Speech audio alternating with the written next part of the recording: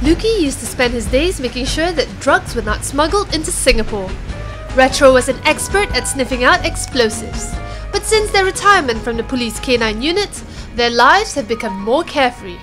And soon, Lukey and Retro, along with 5 other retired police dogs, will become someone's pets as the police are putting them up for adoption in October.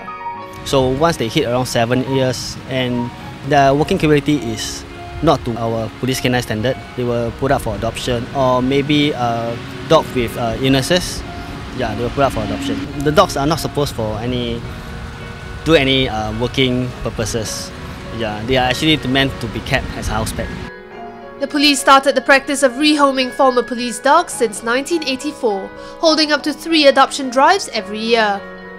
To make sure that the dogs end up in the right homes, officers from the K-9 units will screen the potential owners to make sure that they are able to take care of the dogs. Potential dog owners also need to be at least 18 years old and not live in HDB flats. Every year, about 35 ex-police dogs from breeds such as German Shepherds, Springer Spaniels and Labradors are adopted. Staff Sergeant Chin said that Labradors and Springer Spaniels are usually the first to be adopted, as it is more difficult finding suitable owners for the German Shepherds. Because most probably they are more, they have more fierce temperament. So when you want to adopt, you have some criteria you have to hit lah. Maybe you need to firstly know how to handle the other fierce dog. And plus, it's a HDB non-approved dog lah. So those bigger dog you must have at least, or maybe private houses, stuff like that. Another thing to note is that these dogs were working dogs and they are used to being active.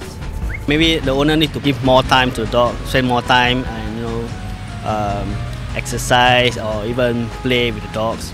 More companionship lah. How many walks a day? If possible, make it 3 lah. To make it, yes, more healthy. Maybe a short 10 to 20 minute walk would do lah.